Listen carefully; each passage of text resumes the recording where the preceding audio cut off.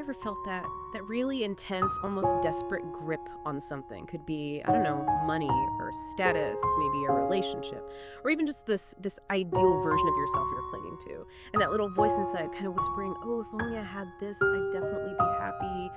Or maybe it's that cold fear, I absolutely cannot lose this, ever. I know I've been there. It's a feeling that it can really take over. So today we're doing a deep dive into a concept that speaks directly to that whole experience. It's called shü jak. It's a term, with deep roots in Buddhist wisdom. And the source material we're digging into today, it's an excerpt from a PDF called shü jakushin. And it basically pinpoints this attachment as the very root of human suffering. Exactly. And our mission really for this deep dive is to explore what this whole idea of attachment truly means, from that Buddhist perspective. We want to uncover not just why it causes us so much distress, but, and this is crucial, how the concept of letting go is presented. Because it's not about being cold or like cutting yourself off emotionally. No, this unique source actually shows it as a path to real inner freedom and, surprisingly, maybe warmth. So yeah, we're going to try and pull out the most important insights, the practical wisdom from this text for you. Okay, so let's start where the author of this PDF does. With their own experiences, which are frankly pretty honest and striking. They talk about holding on to things, money, status, relationships, even that perfect self-image, constantly thinking, without this thing, I have no value. And that they admit, this whole pursuit, it just led to a lot of suffering for them. That feels incredibly relatable, that struggle. Does the author use that to really define shujaku? Oh, absolutely. That personal angle is key because it really paints a picture of what shujaku is, according to the text. It's described as a state of mind where you basically deny things as they are. That's the translation. This attachment, this kind of resistance to reality. That's precisely what Buddhist teachings, and specifically the Buddhist teachings, identify as the fundamental reason we suffer as humans. And to sort of unpack that a bit more, the source brings up this idea of shikuaku, which translates roughly to 4 sufferings and 8 distresses. Okay. Yeah, the first 4 sufferings, birth, old age, sickness, death. They're just, unavoidable parts of being human. But here's the interesting part the author points out. The other 4 distresses, things like the pain when you're separated from people you love, or having to deal with people you dislike, or just the frustration of not getting what you desperately want. Right, the really human stuff. Exactly. Those things, the text argues, aren't just random bad luck. They mostly stem from that rigid mindset of, I need it to be this way, or this absolutely must not happen. That constant battle against what is, that's the essence of attachment right there. That's really insightful because it's so easy to just see the pain of, say, losing someone or being separated. It's just sadness. But you're saying the source suggests it's our attachment to things staying the same that cranks up the suffering. The text has this great example, right? It's totally natural to want to be with someone you love. Of course it is. But when that desire hardens into this rigid expectation, like they must always be here, they mustn't change, then even small things, a little distance, can cause huge anxiety. And that's when you get that attachment, that don't change, don't leave me feeling. And that's where the real distress comes from. Precisely. And that's where the Buddhist teaching offers, kind of a radical alternative perspective. Instead of fighting change, it basically says, look, everything is impermanent. The concept of everything changes. So you need to learn to let go. It's like watching clouds drift by. They're always shifting, right? Never stay the same shape for long. That's impermanence. Yeah. And the teaching's about flowing with that, not trying to freeze one particular cloud shape in the sky. Okay, but that phrase, letting go, it often brings up, kind of negative feelings for a lot of people, doesn't it? You think of being cold, maybe unemotional, or like you're just giving up. It sounds a bit defeatist almost. Does the author tackle that head on? Oh, absolutely. And this text pushes back against that idea really beautifully. It explains that letting go, in this context, is actually about creating a healthy distance between oneself and others. So it's definitely not about becoming indifferent or, stopping caring. Not at all. It's something else entirely. So not detachment like, I don't care anymore, but maybe a different quality of caring. This reading is a really clear example, I thought. It says, caring for someone, genuinely wanting the best for them. That's important, vital even. But wanting that person to behave exactly the way you want them to, that, the author says, that's just wanting control. It's a form of attachment, really, just dressed up as care. Exactly right. So the question becomes, if it's not indifference, what is this active practice of letting go? Well, according to this author, it means respecting freedom, both your own freedom and the freedom of the other person. And the result of practicing this, far from being cold, is described in the text as warmth and lightness. Which is probably not what most people expect, right? It flips the script. That really is a big shift in how you think about it. And, one of the most powerful parts of this material, for me anyway, is when the author shares their own story with this. They talk about being really stuck in a difficult relationship, feeling that constant inner conflict, like, I need it to be this way, and why can't they just understand me?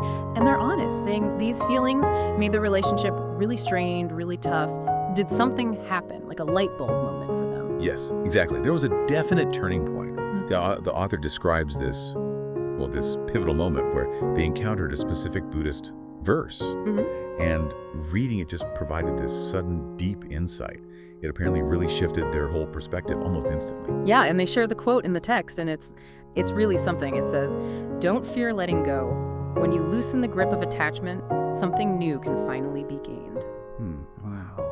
And the author describes reading that and feeling as if a gust of wind blew through my chest. You can almost feel that sense of release, can't you? That sudden space opening up. It's quite moving. It really is. And the immediate effect was, pretty remarkable, according to their account. The author actually tried letting go of those rigid, it should be like this, expectations they had. And surprisingly, perhaps, the relationship actually got easier. But maybe even more significantly, their own mind felt calmer, more peaceful, which really shows the tangible benefits. This isn't just philosophy. It's something you can apply that makes a real difference in your life and your relationships. Okay, so how do you actually practice this day to day? Is there like a tool or something? The source actually gives us something quite practical. It introduces the idea of a Gatha, that's A-O, Gemen from Buddhism. It's described as like a short poetic verse, almost like a little charm or a mantra maybe. Something to center your mind. Is that the idea? That's exactly it. And the author of this piece actually created their own Gatha. It's something personal they recite during morning meditation or even just when they're out for a walk. It's about finding a way to weave this wisdom into the fabric of your daily life, making it a living practice, not just something you think about occasionally. Right. And they share it. So here it is, the Letting Go Gatha from this PDF. Maybe just listen or even repeat it quietly to yourself. See how it lands for you, which is like holding tight, suffering, loosening grip, finding peace. In this one breath, free from attachment, my true self gently returns. And the effect of reciting that, according to the author, it helps the mind just take a breath. That's how they put it. It leads to this really powerful realization, this feeling of, you know what, I'm already enough, just as I am. It helps build this sense of self-acceptance, this inner strength that doesn't depend on being perfect or having everything exactly right. It's about just being present, knowing your own worth deep down. So if we tie all this together then, letting go, it's really not about resignation, is it? It's not giving up on what's important. It's more like a compassionate act. Tending to your own mind, caring for yourself by allowing yourself that space to just be. Yeah, it really is. It sort of redefines strength, doesn't it? Moving away from that tight, white-knuckle grip towards more of a fluid ease with how things are. And that doesn't just apply to us, but it's also about wishing that same freedom for other people too. Freedom for yourself and freedom for others. And it's right there, within that freedom for yourself and others, that the source suggests we find genuine peace, genuine happiness.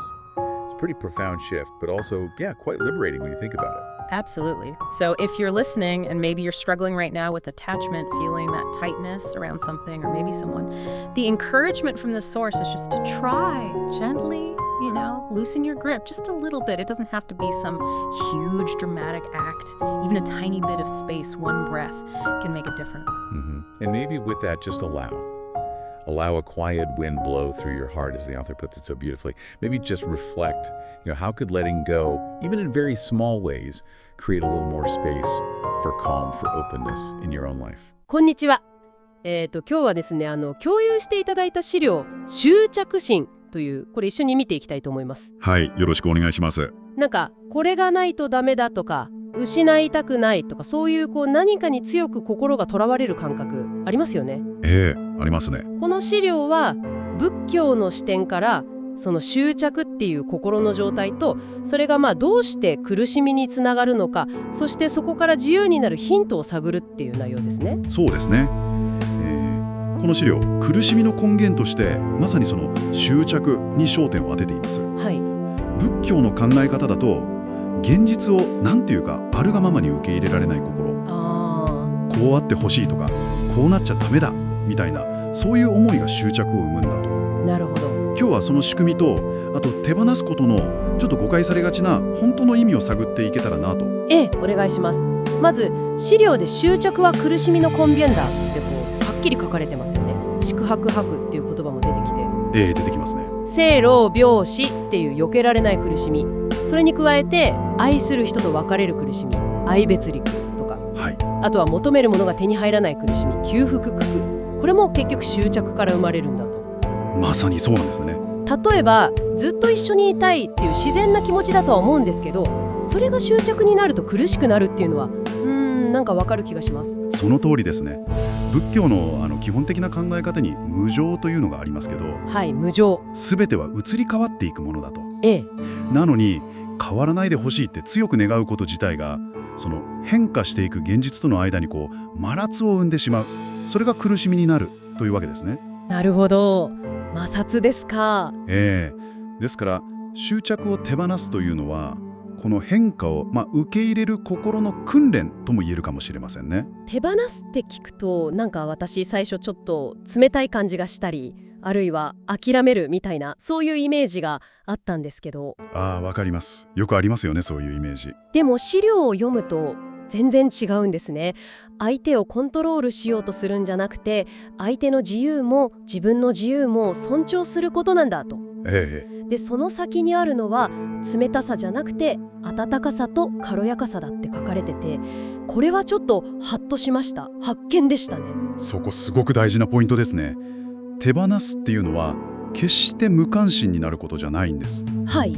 むしろ健全な距離感を保って自分も他者も大切にする行為なんですね。なるほど。大切にする行為。資料の筆者の方も人間関係でこうあってほしいっていう、期待みたいなものを手放したら心が穏やかになったっていう経験を共有されてますよね。書いてありましたね。執着の手を緩めた時初めて手に入るものがあるっていう一節。それ。これは本当に示唆に富んでいるなと思います。深いですね。その心を整える具体的な方法として下文を唱えるっていうのも紹介されてましたね。ありましたね。握りしめて苦しんで手を緩めて安らぎてっていう例が載ってましたけど、こういうなんか短い言葉を口ずさむことで今のままでもう十分なんだって思えるようになるっていうのをちょっと試してみたくなりますね。そうですね。日常の中で本当に実践できるシンプルな方法だと思います。執着を手放すことっていうのは結局諦めとかじゃなくて自分自身を大切にして自分にも他の人にも自由を願うことなんだと。そしてその自由の中にこそ本当の安心とか幸福が見出せるんじゃないかというのが多分この資料のメッセージの核心なのかなと思いますね。いやー、今日は執着っていう心の働きとそれを手放すことの意味について深く考えさせられました。こうでなければって無意識に握りしめてるものをちょっと緩めてみるだけでもしかしたら心がすごく軽くなるかもしれない。